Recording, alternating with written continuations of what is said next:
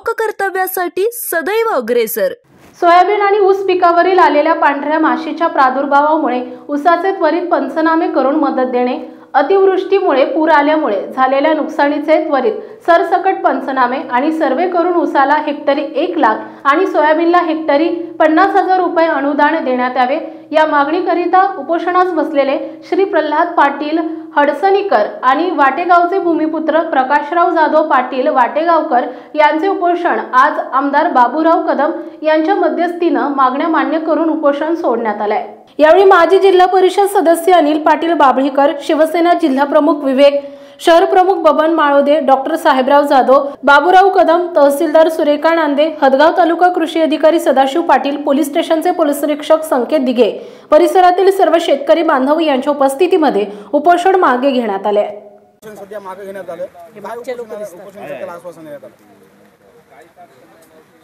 ऊसावर आलेल्या रोगाच्या आणि ऊस पूर्ण खालून वाळत चाललेल्या ह्याच्यासाठी प्रकाशराव पाटील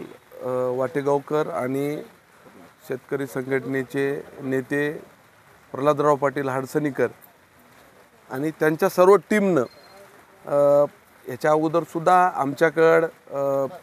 जिल्हाधिकारी कार्यालय, कृषी कार्यालय सगळ्यांकडं निवेदनं दिले आणि आज ते उपोषणाला बसले की मोठ्या प्रमाणात शेतकऱ्यांचा हदगाव तालुक्यातला ऊस पूर्णला पूर्ण खालूनच करपून जात आहे। कुठला रोग होय हे कोणालाच माहीत नाही। अचानक रोग आला त्याच्यानंतर आता तालुका कृषी अधिकाऱ्यांना बोलवलं होतं। कृषी अधिकाऱ्यांनी सुद्धा ह्याच्यापूर्वी त्यांच्यासोबत या शेतकरी संघटनेच्या टीमसोबत त्या शेतात गेले, त्यांनी पाहिलं। त्यांचं सुद्धा म्हणणं आहे की 70% ऊस म्हणजे नापिकी होणार आहे, म्हणजे 70% आजच गेला जमा आहे आणि ह्याच्यानंतर आम्ही या कंडिशनवर, या अटीवर तहसीलदार मॅडम, तालुका कृषी अधिकारी आणि आम्ही सर्वांनी या अटीवर त्यांचं उपोषण उठवलं की येणाऱ्या काळामध्ये एक परभणी कृषी विद्यापीठाचे सायंटिस्ट, त्याच्यानंतर नांदेडचे जिल्हा कृषी अधिकारी आणि तालुका कृषी अधिकारी किंवा अन्य या क्षेत्रातले ऊसावर जे संशोधन करतात, ज्यांना रोगाचा प्रादुर्भाव कळते, मग एखादी VSIची टीम लागली तरी आम्ही तिथं बोलू। VSI म्हणजे वसंतदादा शुगर इन्स्टिट्यूट पुणे, आणि ते सर्व येतील। आणि आज जे कृषी अधिकाऱ्यांनी जसं सांगितलं की 70% यांचे नापिकी होणार आहे ऊसाची, त्याच पद्धतीनं त्यांचा रिपोर्ट अहवाल आमच्या हातात आल्याच्या नंतर ते अहवाल घेऊन निश्चितच हे जे प्रकाशराव पाटील आणि आमचे प्रल्हादराव पाटील यांना आणि त्यांच्या टीमला मुंबईला घेऊन जाऊन कृषी मंत्री महोदयाच्या दालनात एक बैठक लावणार आणि त्या बैठकीत या ऊसाचे खराब झाले त्याचे फोटो,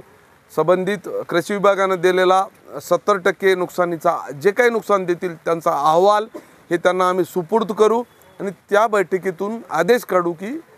पंचनामे करण्यासाठी। ते पंचनामे केल्याच्या नंतर ते पंचनामे आम्ही परत